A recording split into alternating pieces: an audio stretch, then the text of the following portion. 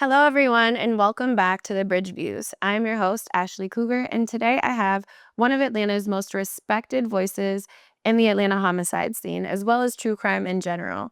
We have Vince Velazquez with over 22 years of experience. He has solved many cases which have been on the prominent show Atlanta Homicide. He works as a private detective and does consulting services and even has a podcast. You may have seen him on the sidelines with the Atlanta Hawks, and his experience is just ever growing. Welcome to the show, Vince. Thanks for having me, Ashley. You're welcome. You're welcome. So I want to start from the beginning. All the way back. All the way back, way back, way back. What made you apply and work at the Atlanta Police Department? That's a great question. I have to go way back to when I was a kid. So we could be here all day talking about that. But growing up in somewhat of a disenfranchised neighborhood, I got to see a lot of different things happening crime-wise. Like, there was prostitution and drugs was prominent even in my own family. So growing up, I needed to get out of that neighborhood. So my progression into law enforcement actually started after high school by joining the military. So Right. I joined the military at 17 and shipped off to boot camp. Best decision I made. So I spent 7 years traveling the world, lived in England, lived in Germany, and then I got out. I used to fix airplanes, fighter jets. I was a mechanic. So what branch of the military were you in? Air Force. Okay, and then you were a mechanic in the Air Force. That's right. Okay, and where are you from originally for those that may not know? So I was born in New York. I was born in the Bronx, and I was there at a very young age. We left and moved to Tampa, Florida. Okay. So from Tampa, went to high school there, and then joined the Air Force and left. Never been back. His family still lives here, but I've never moved back. So I've kind of been on my own since I was 17. Okay. And then after the Air Force, the natural progression is to get your civilian license to fix planes, which I did, my FAA license. And then I was hired by Delta Airlines. That brought me to Atlanta. So I used to fix the big jets at Delta. And I realized that I hated my job. You're like, what am I doing? Yeah, and if you think about it, if you think about a doctor or surgeon who is saving lives but hates what they do, it's a very dangerous place to be if you're the patient. So now put yourself as a passenger on the airplane with somebody who's fixing planes who hates what they do. Now, I did a great job, did my best, but it took every ounce of effort I had. I didn't enjoy it. And I used to think back, said, I've always been interested in law enforcement. And in 1994, I actually applied to the police department. So to set this stage, working for Delta Airlines is like you made it to the big leagues. Of all the airlines, even today. Even now. Like Delta is the premier airline out there, and it was back then. For every 100 mechanics they interviewed, they hire one. And I was making great money for 1991 is when I got hired. I just had a son born in 1995. I started going through the process to be a police officer and wasn't sure if I get hired. I'm thinking, okay, let's just see how this goes. And then I started to see the progression. They're like, fine, like we want to hire you. Now here comes with a caveat. Brand new son. I'm making great money. The trade-off is I've got to take a 75% pay cut. Oh, Yeah. So imagine taking a 75% pay cut with a brand new baby. Everybody thought it was absolutely insane. But I did it. Best move I ever made. I realized once I became trained, I committed to the academy, and I'm on the street, that it was my calling. And like every officer, I started in uniform, started patrolling various units in uniform. And finally, after 5 years, I got promoted to detective and went straight to homicide. That's amazing. I want to ask, what made you make that change? Was it just solely like your happiness or trying to find something that made you happy? Because that pay cut alone, I think most people would be like, it's fine. I don't need to be happy. Like, I can just stick with these planes. Like, what gave you the drive to say, like, I can do this and I can make this happen? I think, it was twofold. It was peace of mind. Like, I needed to be in a good headspace, and I'm looking at longevity, and I didn't think I could maintain that type of psychology for myself working at Delta Airlines for the long haul. And I said, my quality of life is so important to me. And then I've always had a passion of helping people. So if I think back, I've pretty much been in uniform my entire life. Yeah. Like I went from high school to a uniform in the military to a uniform working for the airlines to a police uniform. So I've been in public service my entire life. So I've always felt a calling to like help people. Um, and when I started to become like a patrol officer and out there dealing with these crazy situations, like you can't imagine, from, domestic calls to like, suicide calls and then the progression. I volunteered to become a hostage negotiator. That's not, you don't get paid extra for that. And that's not, that's Really? right. So I'm homicide. Actually, before I was in homicide, I was a negotiator. So you do your patrol duties, or then I was in a tactical drug unit. And if there's a barricaded gunman or someone threatening suicide, you drop what you're doing. You and your team get together as a negotiator, connect with SWAT, and you go out there. So that's like an extra layer of me trying to just help people. So that was my calling. And then when I got to homicide, I really understood this is where I belong. So most people, most cops, you're you have a rank structure, and the more rank you make, the more money you make. Okay. So you're So like, I can make that back. I could, but I didn't. And here's the crazy part, because I made detective. Of course, that's a pay raise. It's a prestigious position, but it comes with a higher pay. But then there's also sergeant, then lieutenant, and then major, and on up. But you have to test for those. You have to actually apply the test. I never did that, because what happens is I'm in homicide. I'm a detective. I'm working. If I make sergeant, I go back in uniform, back to the street, and that's the natural progression. If you make, then you can maybe get back to homicide, but then when you make lieutenant, you go back to the street. So I decided, you know what? I'm good. I don't need to be a sergeant. Homicide is where I belong. Okay. I need to master this skill, from interviewing, interrogation, to crime scene, to investigation, putting pieces of that puzzle together. And I ended up staying in homicide for 17 years until I retired. Is that usual or is that considered like unusual? It's usual. When I got to homicide, there were detectives that had been there for over 20 years in homicide. Wow. Never tested, just like me. Like they found their calling. They're phenomenal detectives, uh, men and women who I learned so much from. So I think it's a unique position. Like homicide is different than most units because you deal with so much. You deal with death. You deal with the families that are left behind. You deal with the stress of interviewing suspects and attending autopsies. But there's so many facets to investigating the death of a human that it's intriguing. It's exciting. Especially when you start to get on the trail of the bad guy. Right. It's almost like, okay, I got you. I know who you are. I know where you're at. I'm getting close to you. I'm gonna do a surveillance to the point where I'm ready to close the case. What skills do you think are like the most needed to do that? Because that's a multifaceted, like, I feel like you need everything. What do you feel like are the top four? Like, you need this in order to be successful as a homicide detective. The number one skill I think a homicide detective needs is patience, because most cases, unlike what you see on TV, are not solved in the first 48 hours. Yeah.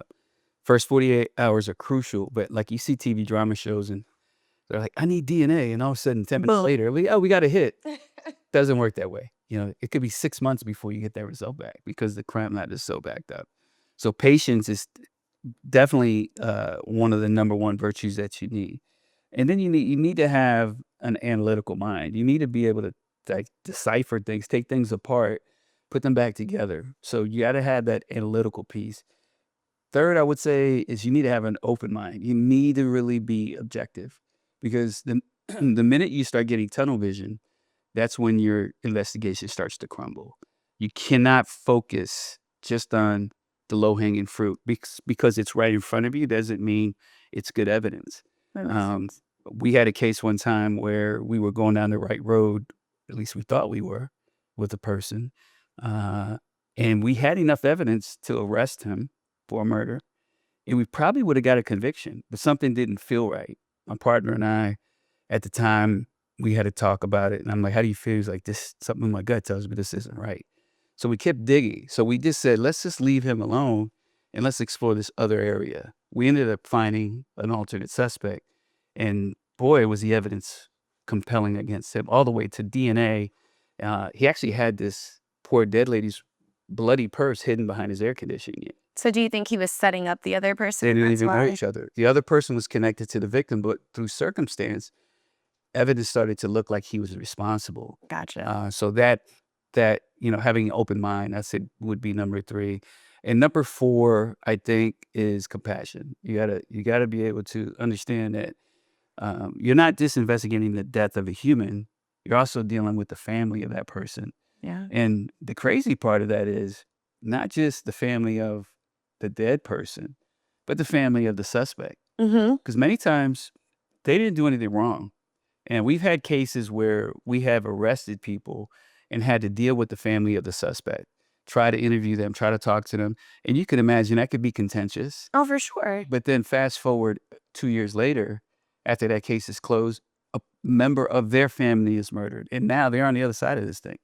We're dealing with that same family now as the surviving family members of a homicide victim where their other member was responsible for somebody else's murder. So it came full circle. So the compassion of understanding there's 2 families affected here. So I would say those are probably the 4 top qualities you would need. So on topic, but kind of random. When you are interviewing someone that's a suspect, that all the evidence looks legit, it's damning, it's guaranteed to be this person, and you bring them in, you interview them, all the things. I feel like Criminal Minds touched on this on an episode. They thought they had their person. It seemed like the person, it wasn't. They ended up arresting someone else. However, due to all the news headlines and all the things of the person being arrested with this case, it just completely ruined their life. Have you ever had that experience? Or, like, how do you guys handle that? Or is that more dramatized for TV? Does it not really unfold like that? It hasn't been my experience that it's unfolded that way. I think it is dramatized. We've had suspects like that, but what we call that is washing them off. Like if they're someone who is an initial suspect, and then the evidence just doesn't start to really pan out on them. We're not putting their name out there. Now through circumstance, sometimes that happens. I can give you a perfect example of something like that happening back in 1996, the Olympic Park bombing. Mhm. There was a security guy named Richard Jewell who actually found a backpack, was moving people out of the way. He became the prime suspect. And the AJC exclusively covered a lot of, the focus on him. His reputation was ruined. He ended up filing suit. Obviously, it wasn't him. Right. It was Eric Robert Rudolph, who was the Olympic Park bomber. But that other individual who was vilified in the media, his reputation ruined, his life ruined, ended up filing suit, I believe, against, it may not have been AJC or a major newspaper, and won. I haven't had a case like that. I've had a case that was high profile. Typically, the cases like that, it's when a spouse is killed. First suspect is going to be the surviving spouse. You Right. always look at that person. It's a missing person, and all of a sudden they find the body, and then we have a homicide investigation, and all of a sudden the spouse may have been on TV Mhm. talking about my missing spouse, and people are wondering if that person actually is the killer. There's really no way around that. What we try to do, and I've had cases like that, when we identify a real viable suspect, uh, we do a presser and we make it known that, we have alibied out the husband or Okay. the boyfriend or the girlfriend or whomever. And, they're cooperating. There's nothing that shows that they had anything to do with this. This is our suspect. We made an arrest, case closed. Okay. Can you walk us through, like, the first real case that tested you as a detective, that you felt like this was really hard? Yeah, well, I've had lots of cases like that, but I would say the very first case that tested me was a homicide, actually not far from where we're sitting right now. In my early years in homicide, I would say probably in 2001, where I had an eyewitness who claimed to have seen the shooting. Now, the eyewitness was not someone who you would say it's someone who lived on the fringes of society, Okay. drug addicted, uh, I Possibly not that reliable. not that reliable, but the details that this witness provided were impeccable. Me being eager and a new detective, I started to consider, should I make an arrest based on this? And there was other circumstances that led to me feeling that way, not just from what this witness said, but other things that kind of pointed at that same person she identified. And I was ready to like pull the trigger, so to speak, and get a warrant. And one of the senior detectives pulled me to the side. I was like, Slow down. he's come. He's saying he said Kimosabi. He said, slow down, Kimosabi. And I was like, what's up? 'Cause he's the OG, right? I'm like, what? He's like, all right, let's Walk it back a deconstruct little. this, right? Now, what do you have? So I explained to him. He goes, what have you done to verify that? And I started to think, okay, it's a good point. What can you do? So we went through this whole process, right? This whole exercise. And I learned a valuable lesson. Ended up not being that person. Ended up being a totally different suspect. But what was interesting about the details in this witness's statement to me was they matched up to the crime scene. So it's not like And, they were and, lying. and it matched up to some of the details that they provided about that one individual. Hmm. But what I didn't consider was if someone else had seen that and And told her. regurgitated it to her, and then she just changes some of the characters in the story, it still sounds the same and it sounds like a Bible story. So I learned a lesson. I learned a lesson that um, that day that, I was considering putting somebody in jail for a murder that they didn't commit. And there's no way I could have lived with that. Thank God I didn't, so I learned a lesson that day. So from that point forward, it really made me slow down, have patience, and all the 4 things that we just talked about, Mhm. I started to develop those skills. Do you get a lot of people that try to, like, insert themselves in the cases? Like, whether, again, on TV, you always see, like, a psychic or someone that just wants to be famous, so they're like, "Oh, I saw it, like, I wanna feel important." Do you get a lot of that, or is that more just for TV? No, that happens a lot, especially with cold cases. So I've had many, many cold cases. One of the things I specialized in was cold cases. With that comes a lot of media. So when you do media and you're asking for the public's help and you're putting cases on TV and you're showing the victim, you're showing some key evidence or some things you want to drum up some information, and you say, call the tip line or send us an email. I realized that, wow, some of the information that came in was incredible. Like it was just really from left field. Like, Yeah. and look, I'm not gonna give an opinion on whether I believe in someone's psychic ability. There are people who truly feel that that is relevant. But we had a lot of those cases where people would call in and say, I had a vision. Mhm. Um, that is not something that we can like stop what we're doing To to go to and act on. pursue. Right. We're looking for. I spoke to someone who admitted to me that they killed this victim, or I actually saw that person driving away from the crime scene. Doesn't mean they killed him, but there's maybe somebody you need to look at. Those are good leads because I got a tag number. Now I can run the tag. Hey, my man. So somebody gave us your tag number. Did you happen to be around the crime scene on this day? Now I could evaluate his answers and see if I think he's lying, if there's something else that I need to do with him. So that happens quite a bit with cases. On the other hand, there are people who come up to you at a crime scene, the actual scene when things are going on. They're behind the tape, the yellow police tape. And they're like, hey, I need to talk to you. I saw this and I saw that. And it doesn't even remotely match up to some of the facts that we know. Mhm. Like, where were you standing? Okay, there's absolutely no way if that person was standing where they said they were standing. They Do couldn't they see. get in trouble for that? Because is that not, like, impeding on the investigation? Because now you're wasting time, like, dealing with them? They don't get in trouble because it's I don't So have the minute? time. Yeah, it's just we don't have the resources or the time to pursue that. Like giving a false statement to the police is against the law. Um, there could be that's an actual charge, could Yeah. false statements of writings or obstruction, but it's not worth us taking the time out of the investigation to pursue that. So we just leave it alone. Let it be. Atlanta's homicides have kinda, like, shifted throughout the decades. What do you think most patterns people are missing within that? Like, is there something specific? Do you think that there's alignment with it, or do you think that it's kinda just each case is different? Are we talking the crime rate, the homicide rate? Mhm. So my opinion is gentrification.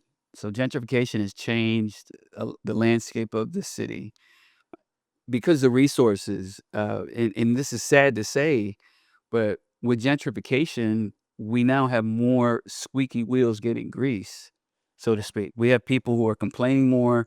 They're living in neighborhoods that were crime ridden, who have more influence on city government to make changes, and that's sad. It's not to say that before gentrification, the residents of those neighborhoods weren't concerned and didn't do the same thing, but I think it's a testament to the society that we've been in, the culture that we live in. I think it's in any major city, but especially Atlanta, where we're sitting today, this area here, I've patrolled this when I was in a narcotics unit. We patrolled citywide, and there were so many neighborhoods close to where we're sitting today, that were just crime-ridden. Shootings, assaults, drugs, homicides.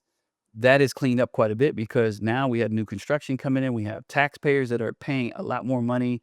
They're on city hall's, heels with complaints. So the crime rate when I started, the homicide rate when I started in homicide in 2000 was double of what it was when I retired. Sheesh. It was double. It was almost 200, over 200 homicides a year. I remember when I retired, homicide rate was teetering right around 90 to 100 homicides a year. So significantly reduced. That's you know, literally 50%, well, that's 100%, almost 100% clearance or reduction in crime. And then depending on what mayor is in office at the time, and I'll give our mayor, current mayor, Andre Dickens, credit. He has done so much to help the police department in their efforts to reduce crime, and crime is down all over the city. Some people may disagree with that. Car breakings are down, assaults are down, homicide rate is at its lowest. Um, and What do then you I think think he did to attribute to that? Sorry. Do you think it's like the funding or just saying that I support? Like, is there something specific you think he's doing that helps with that? I think he does a lot of community initiatives, with the community to make resources available. Like he does midnight basketball. He does things like that. So on the community side, he's done a lot to empower the community to have programs, especially for our young folks. So they're not in the streets. The other part of that is he supports the police department, funding, training, equipment, things, and keeping up with technology to help reduce crime. So I think he's done a phenomenal job. But then the culture has changed too. We're talking about, in the 90s, we're coming out of the crack epidemic. Right. It was really prevalent in the late 80s. So in the early 90s, like crime was just really rampant in the city because we're still dealing with, um, the crime leftovers from that. And then little, I would say micro times in the history of Atlanta, and I could think of 2005, Hurricane Katrina in New Orleans. A lot of people Migrated over. migrated here, and our crime rate went up. When we hosted the Super Bowl, Atlanta's problem is always transient it's people. it's It's trans always the transient people. right. It's like let's go down to Atlanta and cause trouble. Commotion and go back home. Right. So the crime rate goes up, during major sporting events. The Olympics, I'm not sure about that, but the Olympics we were on the world stage. Uh, That's different. That we had federal partners in place, we had state partners in place, and you couldn't commit a crime anywhere in downtown Atlanta during the Olympics. But we're talking about a different situation. So, if I had the real answer to how to reduce crime, Yeah. I'd probably be in Washington D.C. helping, you know, the United States as a whole. So I just don't. I'm not No. that smart. I don't think you're giving yourself enough credit. So you've solved some really big cases and you've gotten some notoriety. How do you handle it? Like with all of the people I know, I follow you on TikTok and Instagram and your comments are really funny. Little women, you have all the women are in love with Vince. So how do you deal with all that? Like how do you balance the notoriety, the fame, the spotlight? I'm a pretty straight, humble person. Like I don't really it doesn't affect me because I try to use that as a tool. I don't really pay attention to like comments where people are like, "Oh, are you single?" and your wife is lucky or stuff like that. Really doesn't affect me. I do get comments a lot of times where people see some of the shows I've been on, my past TV shows where they're like, the way you handle yourself, the way you represent detectives, police departments, we wish we had someone like you in Baltimore or Chicago. That's what really motivates me because not so much for the fan of a show or true crime show that's watching that, but especially for other Like your police officers, peers. right. So, I've got a lot of messages from detectives in other cities who said, "Man, I watch your show, I'm trying to be a better detective. I learned so much from you." It's not just about the skill set, it's about how you deal with people. Mm. So, that's really what motivates me is trying to make people understand, especially other cops, that you don't even have to be the TV drama cops. Like, we don't have to Right. have banging on the door, like, "Where the cops? Open up, and you better tell me the truth or you're gonna go to prison for the rest of your life." That's not how I've never rolled that way. My homicide partner, David Quinn, we never rolled that way. We come at it people with the straight facts, like, "Look, I'm not threatening you. I'm just telling you these are the possibilities right now." Right. I can't tell you what to say, but if give me a reason as to why this happened, then maybe it makes sense. If it doesn't make sense, then, you through your lawyer can work it out. But a jury is going to hear this. A jury is going to see this. And it does not look great. And it doesn't look great, right? So, it may not be you're going to walk away from this, but there's a way to mitigate some of the damage that you've caused.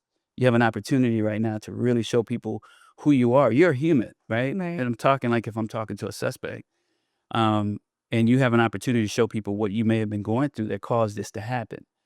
So if you talk to people like that and some of the things like that, I think that's what resonates with people who say, "Hey, I've seen your show and I appreciate you doing that." The other stuff, the fluff, I mean, I'm not really. It doesn't affect me. Like if somebody stops and says, "Oh, I seen you. I was climbing Stone Mountain today," and a few people stopped me and said, "Hey, are you the guy from the TV show?" My standard and said, "Oh, yeah, I am. Thank you for watching. Appreciate it. Did you enjoy it? Yeah, I did. Okay.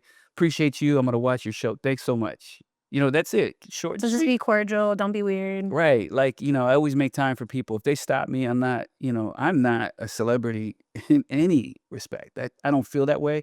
I don't operate that way. I'm out. I'm Vince Velasquez.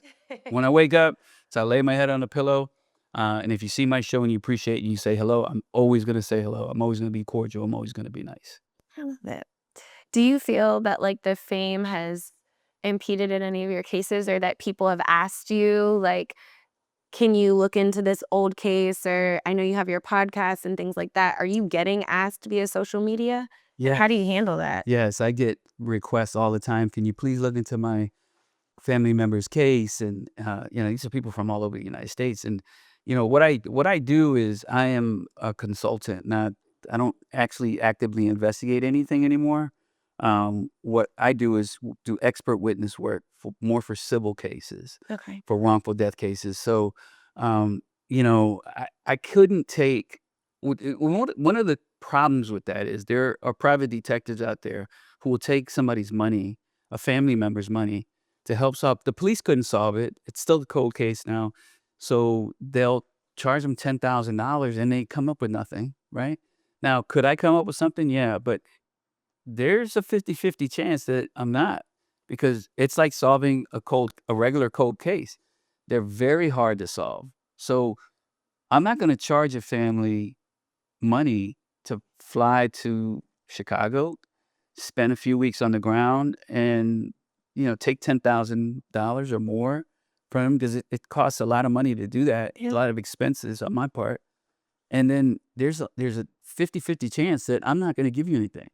So what I do is I give them advice on what questions they can now present to the police department.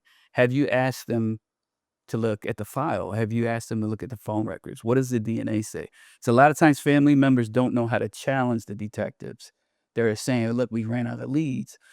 you know, Demand that. I always say, like, you need to be over at the police department raising hell. Yeah. Like, I need to speak to somebody about this case. Do you have something that you would offer? Like, do you have a package or like if somebody is like, I really want you to work this case, it's a cold case, da da da da, but you don't have time. Do you have like a questionnaire or something that you offer the public before they reach out to you because they don't know those questions to ask? Like, I would have no idea where to start outside of asking chat.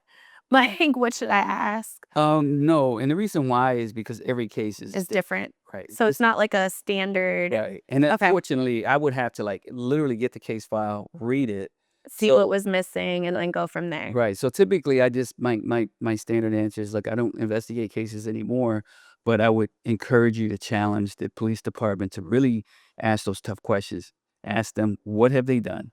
Give you a list of things that they've done, and then start researching what you think could be done. There's a lot you can learn online. I just unfortunately just don't have the time to really help everybody because I get so many of those I can only emails. imagine. Right, and it makes me sad that I'm not able to help them, but that would be a full-time job for me, and unfortunately, I have several other full-time jobs. You're a very busy man.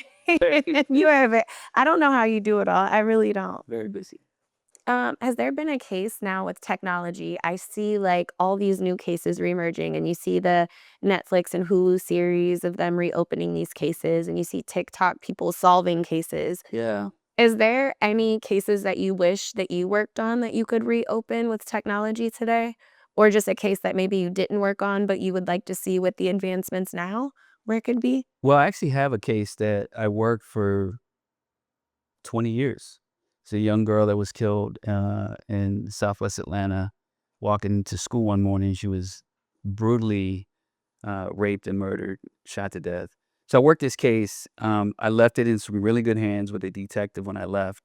And what he did was take genealogy, and through genealogy, which was the same method and technology the cops in San Francisco used to catch the BTK killer, Okay. used that same technology and was able to identify the actual suspect. That's crazy. Unfortunately, the suspect died before by the time we recognized who he was, he had died of some medical issues.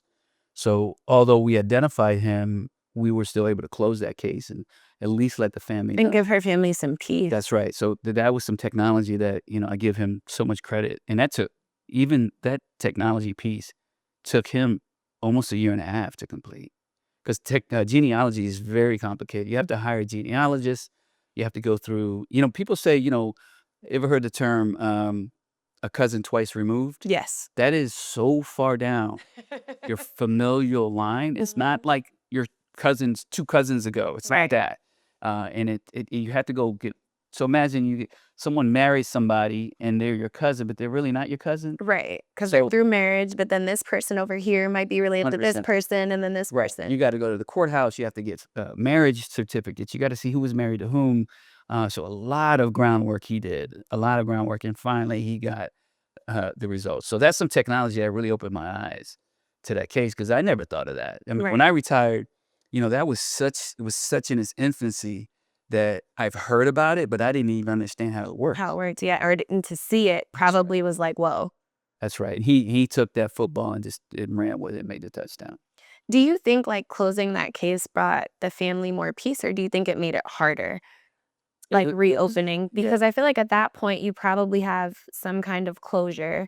So then to reopen it, like, "We found them, but" Yeah, it was tough. I actually attended the press conference with him and the mom with APD.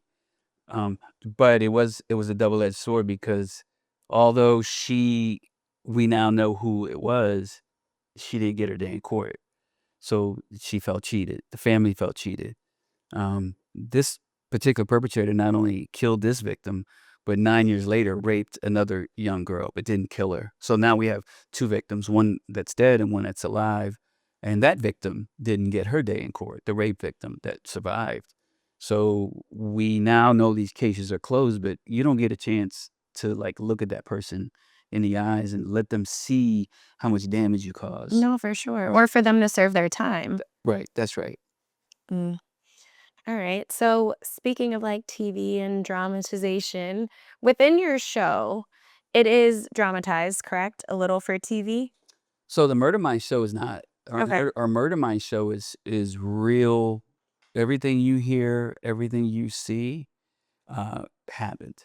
Okay, was ATL Homicide? Same thing. Same thing, it's all real and it happened. Everything, yeah, every show. We've had 3 shows. ATL Homicide did 4 seasons, and then from there, we went to Deadly Case Files. We did 1 season, and now, I'm doing my own thing, the Murder Mind Show on YouTube, and it's my cases, and what you're seeing and what you hear me narrate is from when I get the call, we got a person that's been shot or raped and killed, to where I show up on scene, and, 8, 9, 10 episodes later, you're hearing me how I close the case. But what's great about this is you get to hear real police audio, real suspect interviews and interrogations, real video interrogations, and you get the full gamut. So if you add all the episodes up, you're getting about 3 or 4 hours of this one case. So you get all of the details, all the real police photos. How do you choose those cases? Is it like whoever's family signed, like, the waivers and agreed, or do you pick cases? No, you're good. Sorry. Do you pick cases that you feel like, how do you choose them? So I've had so many cases that I have a library of cases. Um, we don't really reach out to the families on these cases. These are cases that have been on the other shows, by the way. So they've already been aired in on another format. But our show is really victim driven as well. I mean, Mhm. we want to make sure that we are honoring the legacy of the victims, because although I'm talking about what I did to solve the case, we are also highlighting how important these victims were, Right. and to the people that they left behind. So, um, we just try to pick the most compelling cases and show the cases that have so many twists and turns. Obviously, we've had cases where someone actually killed maybe their spouse and actually called 911 and said, "You need to come over here." Yeah, you can't really get a TV show out of that because there's not a lot of mystery into. Right, because it's like, I did this. Right, I did the these cases are the ones which are most homicide cases where they're whodunits. We have a body, have no idea what happened, and there's a litany of suspects from family members to business associates to a random robbery, and then we're chasing all of these leads, and we're all over the place, and finally we start to zero in on the right suspect. People love true crime. I think people innately want to be detectives. Oh, They yeah. like to figure things out. Ironically, in my opinion, is women make so better detectives than men. Pay attention to the details. The details, right? You guys know, like, y'all. Like, "No, he had a green shirt on. What are you talking?" Yeah, yeah, and you know what people are lying, and you can pick up on things. So a lot of the fans of the show are women. They like to delve into that, and and there's another safety aspect, because I think women, especially women who see these cases that we show on a Murder Mind show, a lot of this stuff has to deal with safety when you're Yeah. operating. You get to see, like, it's never, in my opinion, the victim's fault, but there are times where people are less safe. They make themselves less safe. You dropped the ball. You have both your headphones in loud, you're not paying attention to your surroundings, la, la. Yeah. Right. You're running around. You're in your car on your phone. You're parked in a parking space in a parking lot, and you're Texting doors texting, on. emailing, and you're not paying attention to what's going on. And here comes this perpetrator, and he's like, "Okay, here's an easy mark." So I think it opens people's minds and eyes to know that, hey, you really need to keep your head on swivel. Do you have any advice for people, like, just common things to pay attention to outside of just the norm, like being aware of your surroundings, maybe not having your headphones loud, stuff outside of that that might help people? I would say the best advice, and I'm going to say this is for women in contentious that may lead to abusive relationships, is pay attention to those red flags early. They are there, and women refuse to recognize that. As smart as we are, we love to collect the red flags, like, Elect the red flag. Like, trust your instinct. Like, trust your gut. Trust your friends. Like, your friends really, if you have true friends, they are gonna tell you what you need to hear, not what you want to hear. That's a true friend. And so many times, the red flags are not just what the victim was telling their friends that they were experiencing, seeing, but the friends also telling the victim, what they "Hey, saw. look, this guy's not good for you. He's disrespecting you. Our next case on Murder Mind show is a great example of that. Um, the viewers will be able to see where this poor young lady who took a chance at love with somebody ended up being a monster and ended up killing her. So I've had so many cases like that. So that to me is the most important thing, is that I think men who want to be controlling, who are inherently narcissistic, and the little things start to matter, and to the point where it becomes maybe just a little nudge. Then the nudge turns into a grab, and then the grab turns into a push, and then the push turns into a punch, and then the punch turns into a choke, and then the choke may turn into a stab wound or a gunshot. So many cases I've seen that, and at that point, it's too late. But don't you think, like, in a way, the system kind of fails them into, like, even if we do collect those red flags, like, once you do, like, I have a friend who tried to report someone and she's like, yo, like, he busted my windows, he flattened my tires, like, he hit me, like, I have bruises, and the police were just like, there's not enough. Like, there's not enough for us to get a TPO, or there's not enough evidence, or there's not. So, like, if you are in that situation and you're going through the proper channels, then what do you Yeah. suggest? Because I feel like that's more common than not. Like, yes, we've collected the red flags, yes, we're stuck, but now we're stuck. Yeah. Like, how, if you can't get these things from the system that quickly, what do you suggest? Well, so without a specific case as an example, I find it hard to believe that a police department, if someone had physical injuries and some substantial proof, wouldn't act on that. But I will say this: like, let's become detectives, right? Let's think analytically to the point where if a woman is getting abused, let's start putting some processes in place that help you prove this, right? Record conversations. I'll give you an example. My phone has the home screen of my phone has a audio recorder button that all I got to do is press it.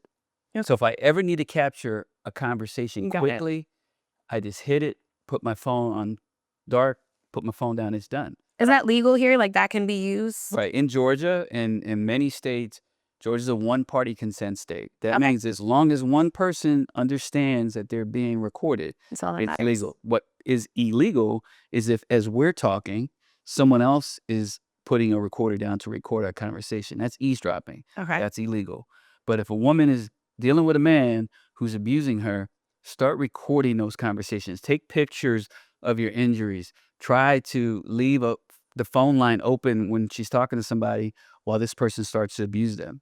Okay. Make a phone call, put the phone down, let someone listen in, create witnesses on your behalf, and start literally working your own case. Become your own detective. That's And smart. I can't imagine bringing all that evidence into somebody. And here's another avenue that women can do. If the police department is not paying attention to you, go down to the courthouse. You can file for TPO on your own directly through the court. Really? You don't need the cops. No, you do not need the cops. You can go file for a TPO, go to the clerk's office. They will tell you exactly and give you the form. And what's going to happen is they're going to send it to the sheriff's department. The sheriff's department is then going to serve that person with a notice to appear, and a judge is going to hear evidence. Police department's never even involved if you don't want that to happen. That's really good to know. Yeah. That's really good to know. So now you've been in the police department, you've been a detective, you've been a consultant. Do you see gaps today in the police department or in law enforcement that you feel like need to be filled? I know that you're not the overseer of everything, but are there things that you notice that you're like, okay, we need to maybe tighten back up on this? Or there is this hole that's always been there, and now it needs to be filled this way? Well, it's hard for me to speak. Well, let me say it's easier for me to speak about the department that I belong to for 22 years. So what I've seen is, I think where this police department, Atlanta police, are today compared to when I was there, they're way more progressive, and I think it's helped quite a bit. I think um, with the advent of having, we didn't have body cameras when I was there. We didn't have half of the technology that the police department and training that they have now. So I think being more transparent is the number one thing. If there are police departments nationwide that are not subscribed to body cameras, you should. I shouldn't have anything to hide, Right. If right? you're doing your job. If For sure. if I'm doing it correctly, For right, sure. I would be more than welcome for you to because it's twofold. It also Protects you. That's right. And that would be my thing. Like, if somebody is gonna say, especially like as a man pulling over a woman, if I try to flirt with you Right. and you're like, yeah, no, here's your ticket. But then I go and I'm like, well, he sexually harassed me. And you're like, oh no. There's the tape. Yeah. Like you would think that it would cover. But there are cops out there who it is, the personality and the psychology of who they are. They may be a little more prone to putting hands on people where they don't have the patience that they probably should have. And I think cameras and accountability help control that or curtail some of that. Now, we've all seen cases, and one recently where the young man was in his car. Now he was filming. Now I haven't seen the body cam side of it, but there is body cam. But these guys were completely, the cops were, in my opinion, They punched that man in the face. punched him in his face, booked his window. Like, So there are cops out there and there are police departments out there that need to look at that and say, okay, what's the training piece? Now, I think it's the sheriff or the police chief of that department. he got on camera and said, my officer did nothing wrong. Right. I disagree with that. But I think, speaking solely for the police department here in Atlanta, I think they're in a much better place than when I was there. Okay. I think, the police chief is openly gay. That's a very progressive. And I think, now that you see, they're even, some people may disagree with this. Like, we see police officers with beards now. Like, Oh, yeah. beards were not allowed, and it goes back to, the day of when we were there, we couldn't have beards. And the reason was, well, if you ever have to put a gas mask on, is it going to really seal your face? And the police department is a paramilitary organization. When I was in the military, beards are not only Can't have anything. right, no earrings, no tattoos, et cetera, et cetera. So obviously, I'm tatted up. He said, I'm free. I'm free, right? But I mean, things are changing, and I think the biggest piece is as technology is changing, the police department, Atlanta PD especially, is embracing that technology, and that can only make the citizens safer. So I think it's a good thing. Do you think so? In addition to like body cams, what else can police departments do to help with this public mistrust? Because I feel like, especially with people of color, there's just this disproportion between us and the police. How do you think that they can kind of bridge that outside of body cams? Or is there a way? It's a great question, and I don't know that I have an adequate answer that encompasses what I think is required. But I will say, I think the community piece of really reaching out, they have programs, Coffee with a Cop. They have shopping at Christmas with the community where they bring, members, especially children, disadvantaged neighborhoods shopping. I think those programs are really important. And I know the chief of police in Atlanta is very interested. I know him personally, that he is very interested in making sure that there is opportunities where they can bridge the gap, where the community can ask questions and be transparent. So basically, we just need to humanize officers. That way they seem more approachable to people. So like a lot of those events that you're talking about, I think for the general public, it just makes them seem like people. Yeah. Yeah, and not just necessarily like do this, or I'm here to be this big bad guy. Yeah, I mean, we all have bad days, right? But like, you can't be a cop and have a bad day and transfer that to somebody else, or you shouldn't be a cop. I'm sorry. Like, Yeah. bedside manners are important. Like, I've had times where I just was completely mentally drained, and then something pops up where I've got to deal with someone in the public. It's one of those, take a deep breath, exhale, and understand what your job is. Right. So I liken that to, like, as a parent, when you have a really bad day, and you go pick your kid up from school, They don't care. one, they don't care, and two, you cannot act like your bad day now transfers into the interaction with your kid. And parents are really good at that, where you're like, "Hey, how was your day?" And you're giving them. You don't think you have anything left, but you do. You have so much left, and you're giving it to your kids. So why can't you do that professionally? You got to realize that a citizen that you just stopped doesn't care that you had a bad day. It doesn't No. mean that you shouldn't be concerned about your bad day. You deserve to And take off. some relief, Yeah. right? You may need to finish your shift, but you got to realize why you're there. And I think this police department, the current administration that I see now, I think they do a good job with trying to understand what's going on, not just with the police department, but the interactions and the perception that the public has, right? Because we always expect, I'll be honest with you, I'm a retired cop. Like when I get pulled over, I still get anxious. I feel anxiety. I'm on in the wheel and I'm like, all right, let me put my windows down. Let me do what I need to do. Now, there's been times that I've been pulled over where I still don't get what I'm expecting, Mhm. right? So let me give you an example. If you go to a restaurant and you sit down and you see the waiter walking up, you already know what to expect. Right. They're going to say, "Welcome to Whereas X, these are the these specials. are the What can I get for you specials. to Can I drink? start you something to drink?" Now, it happens so often that we are conditioned to expect that. Now, when the matrix changes, right, and they took the blue pill instead of the red pill and they're doing something different, it messes us up. Mhm. So what do we do? There, our energy changes, For right? sure. It instantly we change to match that energy, right? We can't stay in the same role anymore. No. We can't because something's not You're right. 10s, I'm 10s. Like, we could have I don't like his attitudes. said, I don't like yours either. Right.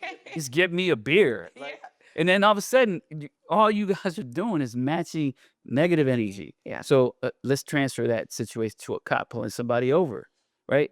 Now, you're already a little tense. No one, you think you're going to get a ticket. It's not feeling good. And all of a sudden, this cop's got major attitude. Are you going to really be like, hey, officer, Oh, yeah, also, absolutely not. thanks for pulling me over. How's your day going? No, you're not going to be that way. I'm like, "Oh my gosh, you're gonna try to hurt me." And then little by little, this thing starts to escalate. And that's what happens, right? And I think if the police department can train through community programs, citizens on what to expect and how to act, what your role should be, and this is what you could expect from the cops, and then train the cops to say, this is what you need to be saying and doing, no matter how you feel, no matter how bad your day is. You got to step into that role. You need to be the waiter and make sure you ask them, tell them about the specials, tell them about the drink You need to do your menu. job. You need to do your Yeah. job, right? You need to have good customer service. And I think if those two things can meet somehow in the middle, that it just has to it will get better. That makes sense. So, with all of that and emotions, when you're working, not that you're super active anymore as far as your cases, but when you were working or even now, how do you decompress after all of that? Because that's a lot. Like the people, the bodies, the families, the emotions, everything. What do you do to make sure that you're still you? Well, speaking for me as a detective is different because you never really turn it off. Like, even though you leave the office for the day, like homicide cases are very intense. They're ever changing. Evidence is different, from case to case. You have witnesses that you may leave a phone message or a card on someone's door and they call you at 8 o'clock at night and they're like, "Hey, I'm ready to talk." Well, I may not have that opportunity again. So now I need to put a suit back on and go back out. Tell my son, "Hey, I'll be home." My teenage son at the time. This happened so many times. You know, I got to run out real quick. So I go out and I do this interview. So it never really turns off. I've been times where I've actually went to bed and I'm dreaming about the case. I'm actually dreaming about Because you're that in. I'm that invested in it because when I wake up, it's like the wheels are turning. Okay, Mhm. now it's a chess game. Right. I just moved my rook. Okay, they are probably gonna move their pawn. I wonder what I should do next. So it's hard to turn it off as a homicide detective.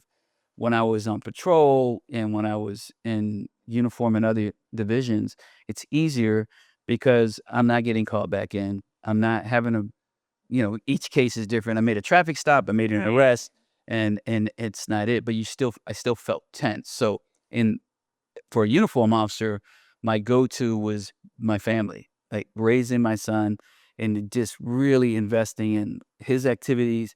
And it really made me forget about all that and understand what life is about. Life's about being happy and embracing your family, right? Is it hard though with your family and your son, like, after seeing all that and then coming home? Did it make you scared? Like, this is literally the world that you're living in, this is the city you're living in, like, what the heck?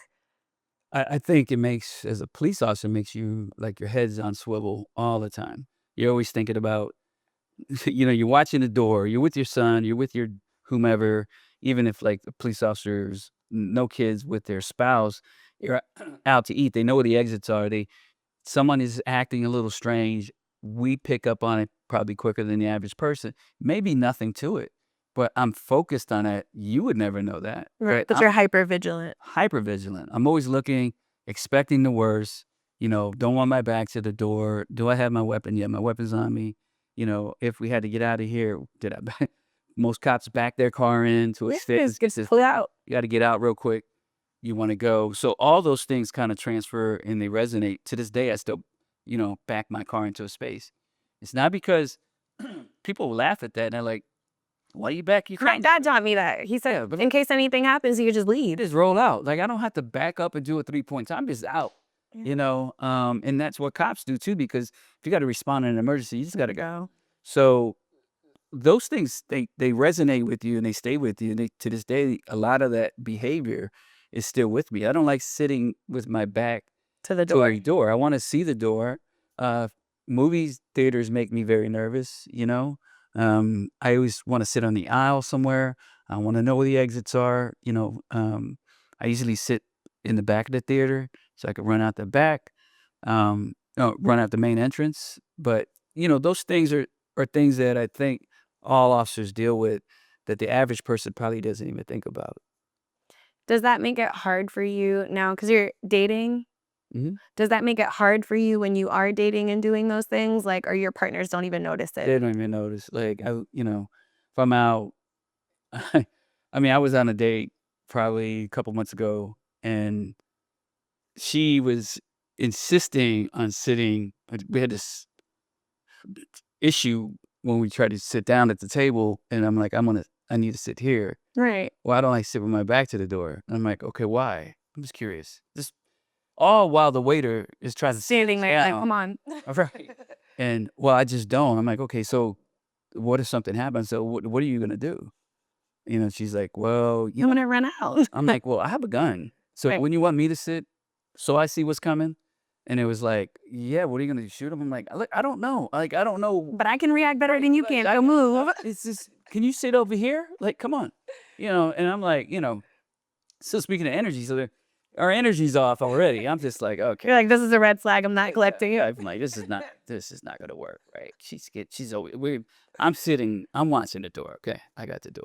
That is so funny. Is there like a rule or something that you wish people would follow just to maintain safety? I would say put the phone down. Like, the phone is, God, like, I'm terrible at it. yeah, we're so glued to these phones, and again, they're such a distraction. Yeah. And it's just hard because our lives are in our phones, our emails, or messages, phone calls, everything is coming through this You phone. listen to music and emailing and texting and hopefully not driving. Right. It's just such a distraction. Like, when you park, some people sit in their driveway while they're on their phone. Worst thing you do, your lights are on, your foot's on the brake, the lights are illuminated. You're like it's like, come rob me. They might as well put a sign. Really? I mean, yeah, like, you just need to get inside. Like, Just go in. Go home. Go inside your house. And whatever you did, 3, 4, 5 seconds of time is not going to make a difference doing it in your car versus doing it into your apartment or your home. That's fair. So I would say put your phone down and and look up. I want to give you an experiment. Next time you're out and about, if you're at a park, watch people walking around and notice how many times people do not look up ever. I've been going to Piedmont, finally. I've been going with my friend Jess, and we've been walking in between people that are like holding hands, walking and texting, and then just down. And whether they're texting or looking at their dog or their kid. But I mean, there's no attention to anything. Nothing. They're not, like, look around, like, if you ever look at a photograph, all we see is the people in the photograph. Yeah. Next time, look at a real photo and just pay attention to every single detail in the background. Everybody's probably. You can appreciate that photo so much more because there's things in the photo that you're just not. You didn't notice because you're not present. Right. Is there any truth is stranger than fiction stories that you have or cases that it was like, I can't believe that this is real life that you're able to share? For, like, homicide stuff? Anything. I mean, nothing surprises me, but everything surprises me. I've seen it all. I've seen bodies explode, decomps. I've seen people who have died from autoerotic sexual deaths where they're, doing some things that It's giving like 1,000 Ways to Die from back in the day. yeah, Like shampoo bottles. yeah, like just crazy things, and then ways people have committed suicide, tragic, just some really gruesome crime scenes. So stuff that you may see a little bit on TV about it, but not.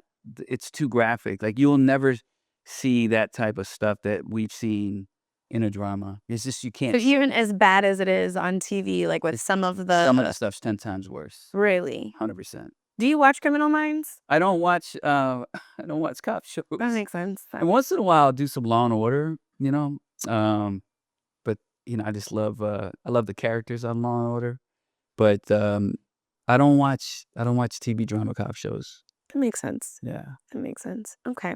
What do you think is the biggest misconception about homicide detectives? The biggest misconception, I think, is that we solve cases with science in hours. Like, we can just type something in a computer and it just pops out. Like, you know, and the biggest, okay, let me back up. No, there's one even better. The biggest misconception is throw that photo in the enhancing the video. And then it's gonna just And find all of a sudden, the someone's pixels all come together, and there's the license plate. Total bullshit. Total bullshit. Or like a blurry face, and we're like, okay, we're gonna run this through this algorithm and this software. Oh, there he is. No, total bullshit. Is it like that with the sketches too? Like if I describe someone, they sketch it, and then you guys put it in a database, and then boom, you found them. No, no. Now the sketches are good. The artists are good. I have plenty of cases when I looked at the sketch and then I look at the actual suspect. I'm like, damn, Is she that was good? spot on, right? And it has to do with the artist asking the right questions of the person being given a description of the person. But the biggest misconception is that That database. yeah, like the bigger you make a picture, it becomes pixelated. It becomes worse. It doesn't work that way. Yeah, unfortunately. All right, so I'm gonna ask you some rapid fire questions. Purple, no. If you weren't in law enforcement, what career would you have chosen? Chef. Really? What Yeah. kind of chef? And I don't know. I'm just fascinated by, like, I know it sounds silly, but like, I want to know how to like cut vegetables fast. Fast? Yeah, like this. I'm like, that is so cool. And like Where? knowing how to put like ingredients in. And I see these guys, like I've watched Chef Ramsay. I'm like, that shit's so cool. I love Chef Ramsay. I'm always like, I can make this, and then I end up with a bunch of stuff, and I'm like, "Ugh." Yeah. All right, coffee or energy drinks? What kept you going on long cases? Coffee. Really? Oh my God. Yeah. Are you a black coffee person? No, I'm cream and sugar You like cappuccino. sugar me up? Yeah. Never an energy drink. Don't drink those. Okay, that's real. What's the strangest clue that ever cracked a case wide open? Strangest clue. I would say a broom. A broom. Yeah. Okay. Yeah. What's one safety tip you think everyone in Atlanta should follow? Put your phones down. Yeah. That's just universal. You're like, just put them down. Yeah. Put them down. Okay. If Hollywood made a movie about your life, who would you want to play you? Benjamin Bratt. Really? Yeah, I like that guy. Maybe I'll get to meet him now. Okay. Have you met him? No. Okay. Yeah, I think he's a really cool actor. I love that. Yeah. What's one myth about police work that TV always gets wrong, outside of the one you just gave us? DNA in 5 minutes. The system's backed up. It's going to take time. Yeah, it takes a while. All right. What's your personal definition of a good detective in one sentence?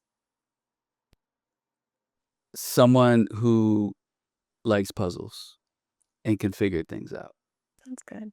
What's the most memorable lesson a case ever taught you? That I need to put my ego aside. Okay, humble. Fill in the blank.